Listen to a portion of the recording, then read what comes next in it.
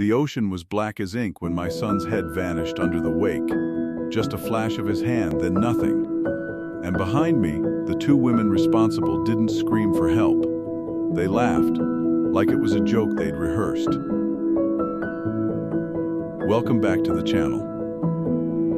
If you're into stories about justice, betrayal, and the kind of revenge that happens in courtrooms and boardrooms, not back alleys, then you're in the right place. From which city and country are you watching? Tell me in the comments, because I genuinely read them. And before we get into what they did to my son, and what it cost them, hit like, subscribe, and turn on the notification bell. Because if you've ever been underestimated, used, or treated like you don't matter, this one's for you. I didn't hear my son scream when he went over. Not because he didn't scream, because the engine roared at the exact moment he hit the water, and the sound swallowed him whole. 1 second, Caleb was standing near the stern rail of that glossy, expensive center console boat, trying to keep his balance as the hull slapped the dark chop. The next, he was gone, like the night just reached up and took him. My first thought was simple and stupid. He slipped. People slip. Wet decks, a little alcohol, a sudden wave. Then I looked at the faces of the two women behind him. Ainsley Harrow, my daughter-in-law, had her hand pressed to her mouth like she was shocked. But her eyes weren't shocked. Her eyes were satisfied, controlled, like a chess player watching a piece fall exactly where she wanted it. And her mother, Marlene Harrow, former state party chair, philanthropist, the type of woman who could smile while she broke your throat, didn't even pretend. She leaned toward me and said, almost conversationally, "He's always been dramatic." I rushed to the rail so hard my knee smashed into the metal. I leaned out into the wind and salt spray, searching for any sign of Caleb in the water. Nothing. Just the boat's frothy trail and a wide, empty darkness where my son's life was happening without me. "Stop the boat!" I shouted, my voice cracking. "Turn around." Ainsley's captain, because of course she had a captain, hesitated at the helm. He looked at Marlene, not me. He waited for her nod the way people wait for permission to breathe. Marlene didn't nod. Instead, she adjusted the cuff of her white linen blazer like we were at brunch and said, "We're going back in. It's late." My heart hit a strange, cold rhythm, like it realized something my mind hadn't caught up to yet. Caleb didn't fall. They let him go. I spun on Ainsley. "Where's the life ring? Throw it now." Ainsley tilted her head. "Caleb can swim." I stared at her. The words didn't fit reality. The Gulf Stream off the Florida Keys at night is not a swimming pool. It's a conveyor belt. And Caleb, my son, could swim, sure, in daylight, near shore. Not exhausted, not panicked, not fully clothed, not after a blow to the head from a rail. Then I saw it. A red mark on his temple before he disappeared, like he'd been clipped. A push, a strike, a setup. I lunged for the emergency gear mounted inside the console. Bright orange float, strobe, the kind of stuff you hope never to touch. My fingers fumbled, shaking so badly it felt like my hands belonged to someone else. Marlene stepped between me and the console. "Mr. Carver," she said softly, using my last name like a judge reading a sentence. "Don't make this worse. I'm a 66-year-old retired civil engineer. I design bridges, drainage systems, boring things that keep people alive when weather turns ugly. I'm not a brawler. I'm not a hero, but that moment lit something ancient in me." I shoved past her shoulder, harder than I thought I could, and grabbed the float. "Ainsley's captain snapped, sir. That's my son." I screamed and hurled the float into the black. The splash sounded tiny. That's the cruelest part of open water at night. Everything you do feels small, and everything that wants to kill you feels infinite. And while I called Caleb's name into the dark until my throat burned raw, the boat kept moving, steady as a lie. My name is Daniel Carver. Most people call me Dan. I grew up in Ohio, worked my way through school, spent 4 decades earning respect the slow way, showing up, doing the math twice, caring about stress loads and failure points. I raised Caleb with my wife Nora until cancer took her when our son was 19. After that, it was just me and him. 2 men in a quiet house pretending we weren't lonely. Caleb was the kind of kid who apologized when other people bumped into him. He was smart, calm, the type who tried to fix conflict by understanding it. That's what made him easy prey for people who didn't want understanding. They wanted control. He met Ainsley Harrow in Tampa at a fundraising gala. Because of course it was a fundraising gala. Caleb was there with his startup's mentor. They built software for municipal flood planning, the kind of work that doesn't sound glamorous until your street turns into a river. Ainsley was there with a photographer and a curated smile. When Caleb told me about her, he said, "She's intense, Dad. But she's impressive." He used the word impressive the way a man uses it when he's already halfway in love and doesn't want to admit it. I asked, "Does she treat people well?" He laughed like I'd asked if she believed in unicorns. "She's just direct. Direct is fine. Cruel is not." The first time I met her, she shook my hand like she was evaluating the grip strength of a tool she might buy. Then Marlene arrived. Late, loud, followed by 2 friends and a man who looked like security. She kissed Caleb's cheek and didn't even look at me until Caleb introduced us. "Oh," she said, like I was an extra chair. "Daniel, not Mr. Carver, not sir, just Daniel," like she'd decided my rank in the room. Over dinner, Marlene talked about politics, donors, friends in Tallahassee, the way the world worked when people like her made the rules. She asked Caleb what he did, and when he explained his company, she smiled politely and moved on like he'd said he collected stamps. Ainsley watched the whole thing with a calm, hungry patience.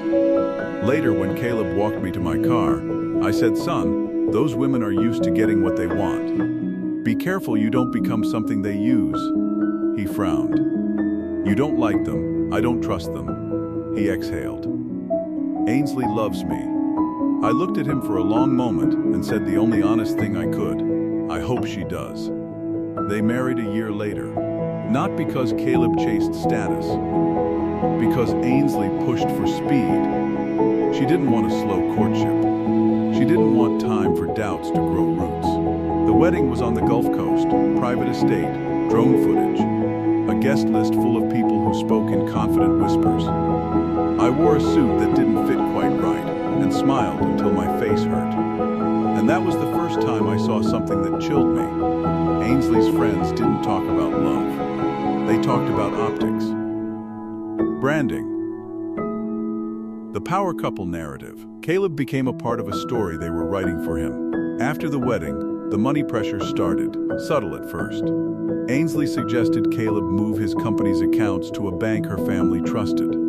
Marlene offered to connect him with the right investors, but only if he restructured ownership. Caleb resisted, quietly, politely. And when polite didn't work, Ainsley changed tactics. She started keeping score. Every argument ended with a reminder. "Do you know what my family has done for you?" What they'd done for him, in truth, was introduce him to a world where favors came with hooks. Then came the baby conversation. Caleb wanted a child. He'd wanted one since Nora died, like he was craving a second chance to build something pure. Ainsley, at first, said she did too. But every time it got real, appointments, planning, timelines, Ainsley pulled back. Eventually Caleb told me, voice small, she says now isn't the right time. Her mom says a baby would complicate things. Complicate what? I wondered. Then, late that summer, Caleb called me from a parking lot and said, "Dad, Ainsley's pregnant." I felt my chest fill with something warm and stunned. That's wonderful, but Caleb didn't sound wonderful. He sounded scared. She didn't want to tell me at first, he said. She said Marlene wanted to handle it, like an announcement. Handle it? There was a pause. Then, Dad, they asked me to sign something. What kind of something? An amendment. To the prenup. My stomach turned heavy. Before the baby? Yes. I said, don't sign anything you don't understand. I didn't, he whispered. And now, things feel weird. Weird. That was my son's word for danger. When Marlene invited us to celebrate family on her boat the following weekend, I wanted to say no.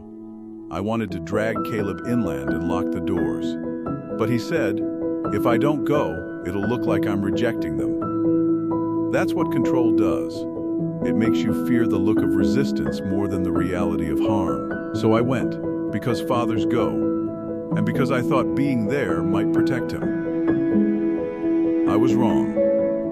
We left from a marina outside Key Largo. The boat wasn't a yacht, not like the glossy floating mansions you see on TV, but it was expensive in a different way. Sleek, fast, built to run far offshore where help takes time. Marlene called it just a quick night cruise. There were a few guests, 2 couples who laughed too loud, a man who looked like a lawyer, and the captain, who never met anyone's eyes for too long. Ainsley wore white, of course. She rested a hand on her stomach like she was already practicing the role of glowing mother. Caleb kept trying to hold her hand, and she kept finding excuses to let go. I watched the interactions the way I used to watch bridge joints during inspection, looking for stress, for cracks, for the places where failure begins. At sunset, Marlene raised a glass and toasted new beginnings. Everyone clinked and smiled, but Marlene didn't look at Ainsley when she said it. She looked at Caleb. Around 10:30, the boat slowed. The captain cut the engine to idle. The water around us was deep and dark, the kind of dark that feels like a secret. Marlene said, "Let's get some air at the back." Caleb went with them, because he always went when they asked. I followed a few steps behind. At the stern, Marlene leaned against the rail and smiled at Caleb like a teacher about to correct a child. "Ainsley told me you refused to sign the amendment," she said. Caleb's posture tightened.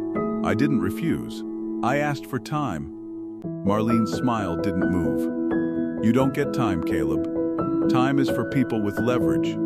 Ainsley stepped closer, soft voice, sharp eyes. "Just sign it. It's not a big deal," Caleb swallowed. "It is a big deal. It changes custody language. It changes asset disclosure. Why would it need to change now?" Ainsley's mouth twitched, annoyance flickering through the polished surface. Marlene said, "Because you're unpredictable." Caleb blinked. "I'm unpredictable? You built a company without us," Marlene said, as if that were a betrayal. "You have ideals. You think rules should apply evenly. That's cute, but it's not how our world works." My blood ran cold. I stepped forward. "What are you saying?" Marlene glanced at me like she'd forgotten I existed. "I'm saying my daughter is carrying a child, and we will not allow that child's future to be threatened by a man who might decide to take a stand and embarrass us." Caleb's voice rose. "I'm the father." Ainsley snapped. "You're the problem." And then, very quietly, Marlene said, "If you won't cooperate, we'll handle it another way." I saw Caleb's eyes flick to the rail, an instinctive calculation. He took a small step back. Ainsley mirrored him. Marlene moved too, subtle, coordinated, like a drill. I shouted, "Caleb, move," but he was still processing, still trying to believe this wasn't happening. Then Ainsley reached out, not with 2 hands, just one, fast, hard, and shoved his shoulder while Marlene stepped in behind him. Caleb's head snapped toward the rail. There was a dull thunk, metal on bone. And then the ocean took him. I didn't see him hit the water. I saw the empty space after. And I heard Ainsley say, almost bored there, "Vess, drama." That's when my fear turned into something else, something focused and lethal. If you've ever felt that moment where your heart stops being soft, where love turns into a weapon, then you understand what I did next. Mini CTA, end of section 3. If you think this is where the nightmare peaked, stay with me, because what they tried to do after my son disappeared was even colder. I called 911 with shaking hands, but I forced my voice into calm, clear sentences the way I used to do when a job site went wrong. Location, direction, time, person overboard, possible head injury. The dispatcher told me to keep eyes on the water and throw flotation devices. Marlene told the captain, "We're returning to the marina." I screamed, "No, you're not." Ainsley turned toward me. "Stop yelling. You're scaring people." "Scaring people?" I could barely breathe. "You threw him off the boat." Marlene said, "Daniel, don't say things you can't prove." That sentence, "things you can't prove," told me everything. This wasn't panic. This wasn't accident management. This was narrative control. The captain finally looked at me, and I saw it in his eyes. Fear, not of me, of Marlene. I grabbed his arm. "Turn around, now, or I swear to God I'll..." Marlene's security man stepped between us. He didn't touch me, but he didn't have to. His presence was a threat with shoulders. Ainsley's voice went quiet, almost intimate. "If you keep this up, you'll make it harder for Caleb to come home. Don't you?" I choked on the words. "Don't you pretend you want him safe?" Ainsley's face cracked for a split second, something ugly underneath. Then it smoothed again. That's when another guest, a woman with too much perfume and trembling hands, said, "Maybe he jumped? People do that, right?" I snapped my head toward her. "My son didn't jump." Marlene sighed. "He was upset. He's been unstable lately." Unstable. That's how they were going to label him. I realized, with sick clarity, that even if the Coast Guard found Caleb alive, these women would still try to destroy him, his reputation, his parental rights, his credibility. And if they found him dead, they'd call it tragedy. They'd donate to some ocean safety charity. They'd cry on camera, and they'd keep winning. So I did the only thing I could do on that moving platform of lies. I became a witness. I grabbed my phone and started recording. My own shaky hands, the stern rail, Marlene's voice in the background, Ainsley's cold little comments. Marlene saw the phone and her eyes sharpened. "Put that away." I kept recording. "Say again what you just said about him being unstable." She stepped closer. "Daniel, don't do this." "I'm doing it," I said, voice shaking. "Because you already did it." For the next hour, the boat kept moving toward shore while searchlights appeared in the distance, Coast Guard, flashing like hope. When they came close enough to shout instructions, Marlene suddenly transformed into the perfect concerned mother. "There's been an accident." She cried. "My son-in-law fell. Not pushed, not struck. Fell." They wanted that word to land first, because first stories stick. The Coast Guard boarded, took statements. I told the truth. Marlene's attorney-looking friend stood nearby, listening like he was cataloging my words for later. Ainsley cried. No tears, just the shape of crying. And while officers prepared a search pattern, Marlene leaned toward me and whispered, "You're going to regret this." I whispered back, "So are you." The Coast Guard found Caleb nearly 2 hours later, far from where he went in. That's what currents do. They steal distance while you're busy praying. When they pulled him onto the rescue boat, he didn't look like my son. His skin was waxy under the harsh lights. His lips were blue. His eyes were half open, unfocused. There was blood at his hairline where the rail had kissed him. He tried to speak. Only a wet rasp came out. A medic snapped commands, covered him, checked pupils, started an IV with fast, practiced hands. I kept saying, "Caleb, I'm here, like my voice could stitch him back together." Ainsley stood on the deck of Marlene's boat, wrapped in a blanket, acting like she'd been through a storm. Then I saw her glance at the medic's hands, like she was watching for whether he'd survive. Not worried. Measuring. At the marina, ambulances waited. Reporters too, because in Marlene's world, cameras arrived like vultures. Marlene guided Ainsley away from the chaos, whispering. A lawyer stepped in front of me and said, "Mr. Carver, I'm sure you're emotional, but..." I shoved past him so hard he stumbled. I didn't care anymore about being polite. At the hospital in Miami, doctors moved like my son was a complicated equation they were racing to solve. Hypothermia, aspiration, concussion, possible internal injury, and the pregnancy, not Caleb's pregnancy. Obviously, Ainsley's. I didn't care about her pregnancy as a political storyline. I cared because it meant there was an innocent child tied to this disaster. Whether they deserved that connection or not, the doctor told me Caleb was stable, but critical. He'd likely live. Likely. That word hollowed me out. And then, at 3:17 a.m., a nurse pulled me aside and said quietly, "Sir, the baby." Ainsley had miscarried from the stress and chaos. For one flicker of a second, I thought maybe Ainsley would finally understand the violence of what she'd done. Then I heard her sobbing down the hall, and Marlene comforting her with a voice full of poison sweetness. "We'll handle it. We'll make sure Caleb doesn't ruin your future." That's when I understood the miscarriage wouldn't soften them. It would sharpen them. Because now they'd need someone to blame. And Caleb, the surviving witness, was the easiest target. So I walked into a quiet hallway, opened my contacts, and called the one person I'd avoided calling for years because she scared me a little. My older sister. Evelyn Carver. Evelyn spent 25 years in federal investigations, white-collar, financial crimes, the kind of work where you don't kick doors, you kick foundations.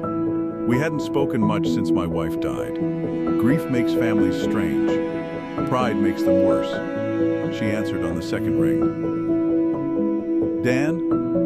I swallowed hard, and I said only 4 words, the truest I'd ever said in my life. "Ev, I need war." Silence. Then her voice changed. Harder. Clearer. "Tell me everything."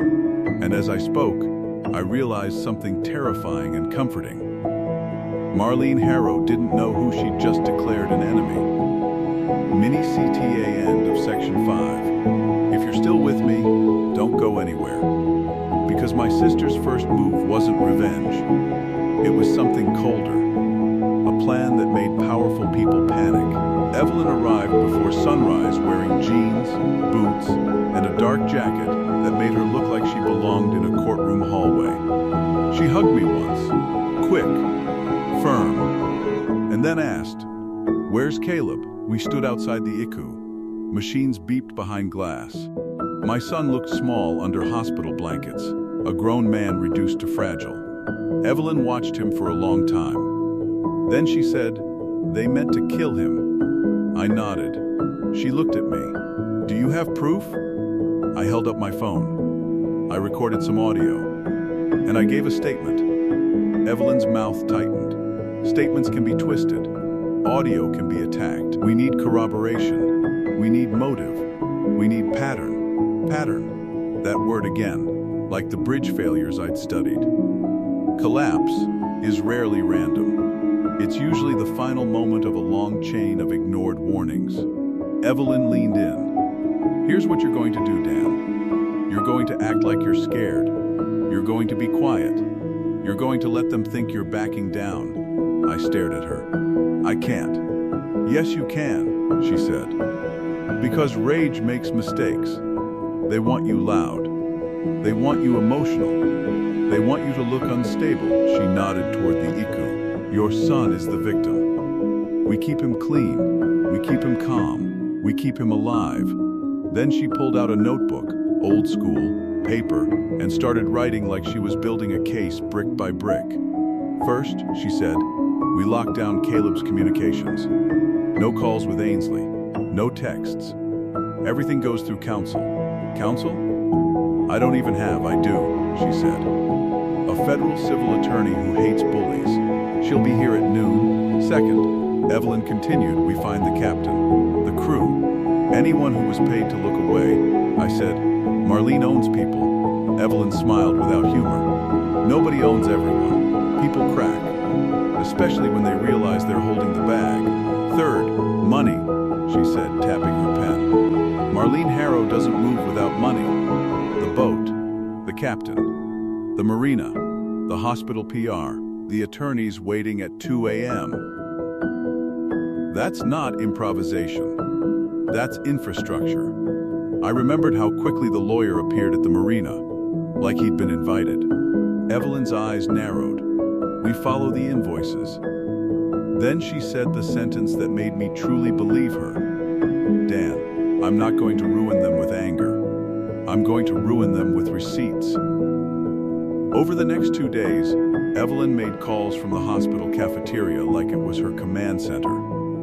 Some calls were to old colleagues. Some were to journalists who still answered when she spoke. Some were to people she didn't name. Meanwhile, Marlene's side made their move.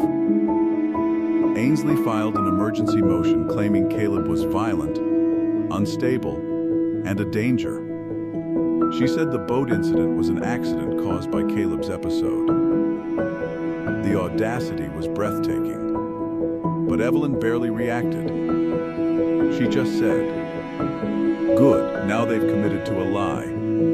Then she looked at me and asked quietly, "Did Caleb ever mention the prenup amendment?" I told her everything. Evelyn nodded once. That's the lever. They wanted him legally trapped before the baby arrived. When he refused, they tried to remove him. She leaned closer. And I'm going to prove it wasn't just about family pride. It was about control of money and reputation. That night, Caleb woke up fully for the first time. He looked at me with exhausted eyes and whispered, "Dad, Ainsley hit me." My hands curled into fists. Evelyn stepped in and said gently, "Caleb, listen to me. You're going to tell that to a nurse. Then you're going to tell it to police. Then you're going to tell it in court. And if you do it calmly, they can't paint you as crazy." Caleb swallowed. "I'm scared," Evelyn nodded. "Good. Fear keeps you alive. We'll use it. We'll turn it into clarity." And then she said, "Tomorrow, we spring the first trap." The next morning, Evelyn arranged something that felt too small to matter. A meeting. Not with Marlene, not with Ainsley, with the boat captain. He showed up at a quiet attorney's office downtown, sweating through his collared shirt. He wouldn't look at me, and he wouldn't look at Caleb either. Caleb was still in the hospital. But on a video call, face pale and furious, Evelyn spoke first. "We're not here to ruin your life. We're here to stop you from taking the fall for theirs." The captain swallowed. I didn't. Evelyn slid a printed document across the table. "This is your contract. This is the bonus clause. This is the rider that says you get paid an additional $50,000 if there are no police reports involving the Harrow family." The captain's face drained. I stared at the paper. A bonus for no police reports. Pre-planned silence. The captain whispered, "I didn't write that." "No," Evelyn said. "But you signed it. And when Caleb went over, you followed the order to keep moving." The captain's jaw worked like he was chewing glass. "Marlene said he'd swim. She said it would be handled." Evelyn's voice went ice cold. "Handled how?" Silence. Then the captain said, "She has people. She said the Coast Guard would be guided to the right conclusion." Evelyn looked at me, and I felt the floor shift beneath my understanding. Guided. Not just a lie. An attempted capture of the system. Evelyn said, "Here's the deal. You give a sworn statement. You provide your phone records. You hand over any messages from Marlene's office. In exchange, our attorney will argue you were coerced, and you'll cooperate. You might still face consequences." But you won't face them alone. The captain shook, and finally he whispered, "She'll destroy me." Evelyn leaned forward. "No, she'll destroy you if you stay loyal. Because loyalty is expensive. And you're not worth her money once you're a risk." That did it.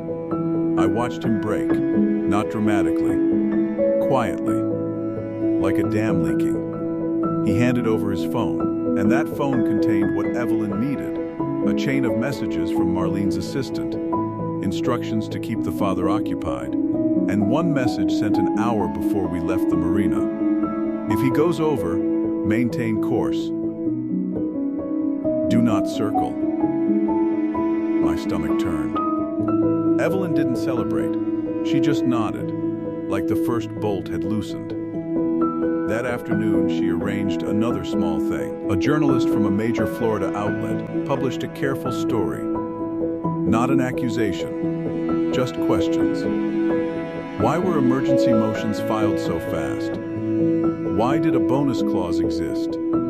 Why did multiple witnesses claim an argument happened before the fall? Marlene responded the way powerful people always do when they feel threatened. She overreacted. She held a press conference, crying about her daughter's miscarriage, painting Caleb as unstable, suggesting his grief and jealousy caused a tragic accident. And when she did that, Evelyn smiled for the first time in days, because Marlene didn't know what we had. And she'd just amplified the lie on record. If you think that press conference helped her, wait until you hear what my sister released the very next morning, and who stepped forward because of it. The morning after Marlene's press conference, Evelyn didn't post the captain's messages online like a messy revenge fantasy. She did something smarter. She handed them to investigators, federal investigators, because Marlene's world wasn't just politics. It was donations, PAC money, contracts, marina permits, offshore consulting. The kind of ecosystem that looks clean until you shine the right light. Once that light touched Marlene, people started moving away from her like she was contagious. The captain's sworn statement triggered a new Coast Guard investigation. Not an incident, an assault. A detective from Miami-Dade visited Caleb in the hospital. Caleb spoke slowly, clearly, recounting the shove, the head impact, the words spoken. Then a nurse confirmed bruising consistent with being pushed and struck. The hospital had documented it, quietly, because hospitals see lies every day. Next, another guest from the boat came forward, the woman with trembling hands. She admitted Marlene told everyone to say Caleb fell. She said she felt sick about it and couldn't sleep. Then the dam truly cracked. Ainsley's former friend, someone who'd been dropped from the inner circle, contacted Evelyn's attorney. She said Ainsley had been terrified of the prenup changing, because Marlene needed Ainsley clean for an upcoming political run. A scandalous divorce would ruin the family values brand. And she said something even darker. Ainsley believed the baby might not be Caleb's. That wasn't proven. We didn't claim it publicly, but it explained the panic, the rush, the need to control the paperwork before any Dina could ever be asked for. Evelyn's attorney filed motions. Subpoenas followed. Records started surfacing. Emails, bank transfers, hush payments. Then the real earthquake hit. A federal grand jury opened an inquiry into Marlene's political organization for campaign finance violations tied to a network of shell donors. That wasn't because of Caleb alone. That was because Evelyn knew where to look. And once investigators started digging, they found a familiar smell. Corruption always smells the same. Marlene's allies began vanishing. People stopped returning calls. Sponsors paused partnerships. A planned keynote event postponed due to scheduling conflicts. Ainsley tried to flee the narrative by doing what she'd always done, playing the victim. She posted a statement about grief, trauma, unsafe marriage, and praying for healing. Then Evelyn's attorney released a single simple document to the court and press. The captain's bonus clause, and a screenshot of the maintain course message. No insults, no rage, no theatrics, Just proof. Within 48 hours, a warrant was issued for Ainsley's arrest on charges related to aggravated assault and reckless endangerment, because her push, combined with intentional failure to rescue, became something prosecutors couldn't ignore. Marlene wasn't arrested immediately. People like Marlene rarely are. But she was cornered. And cornered people do one of two things. They surrender, or they lash out. Marlene lashed out. She approached Caleb in the hospital through an accidental visitor pass issue, her security man at her side, and leaned close to my son's bed. "End this," she hissed, "or you'll regret what comes next." Caleb's voice was weak, but his eyes were clear. "You tried to kill me." Marlene's smile was thin. "I tried to protect my family," Caleb whispered. "So am I." A nurse walked in then, thank God, and Marlene left like she owned the hallway. Evelyn heard about it and said, "Good. Let her threaten. Threats are evidence." Then she looked at me and said, "Dan, the final part isn't the arrest, it's the outcome. We have to survive the long game." And that's when I realized something. Revenge wasn't a punch, it was patience. Section 9. What it cost them. A&D, what it changed in U.S. The case didn't resolve in a week. Real justice rarely does. It took months of hearings, depositions, leaked emails, and quiet nights where I sat beside Caleb's bed in rehab, listening to him relearn confidence in his own body. Caleb had nightmares. He'd wake up gasping, saying he could feel the ocean again. He'd stare at a glass of water like it was an enemy. He also carried grief, complicated grief, for the baby that never arrived. He didn't know, even now, whether the child was his biologically. But he knew he'd wanted to be a father. He knew something innocent had been tangled in cruelty. Ainsley took a plea deal, not because she suddenly grew a conscience, because evidence cornered her. In court, she cried real tears for the first time I'd ever seen. She spoke about pressure, about Marlene controlling her, about fear. Some of it might have been true, but it didn't erase what she did with her own hand. She received a prison sentence and a long probation tail, plus a civil judgment that shredded her finances. Her public image, so carefully curated, was gone. Sponsors dropped her. Friends vanished. The influential invitations stopped. Marlene fought like a wounded animal. She hired elite attorneys. She tried to bury Evelyn with counter-allegations. She tried to paint our family as extortionists. She tried to weaponize the miscarriage as a shield. It didn't work. Because while she was swinging at us, federal investigators were walking quietly through her books. The grand jury indictment came like thunder. Campaign finance fraud, conspiracy, and obstruction tied to witness intimidation around the boat incident. That was the key. Obstruction. Marlene couldn't help herself.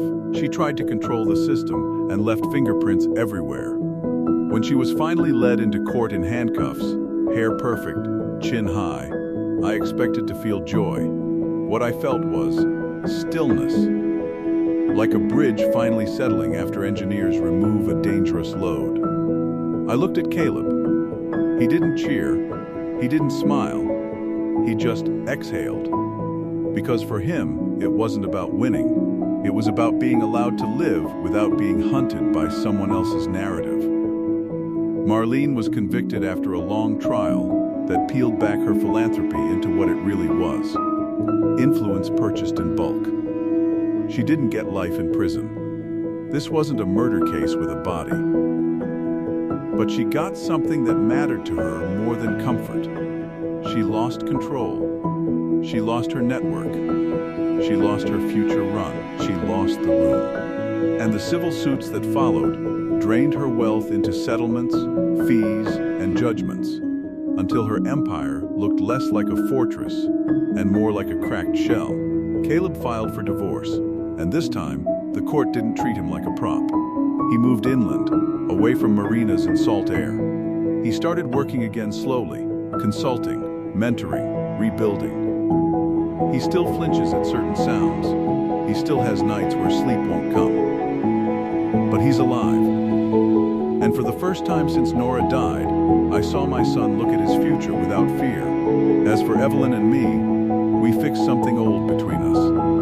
One night, months after sentencing, we sat on my porch drinking coffee, and I said, "You saved him." Evelyn shook her head. "Caleb saved himself. I just brought a flashlight into a dark place." I stared out at the quiet street and thought about how easily good people assume the system will protect them. It doesn't. Not automatically. It protects the people who know how to use it, and that includes people like Marlene, until someone forces the truth into the light. Here's what I learned.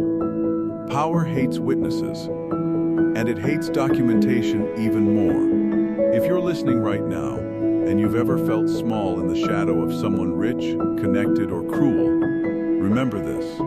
You don't need to be loud to be dangerous. You just need to be accurate.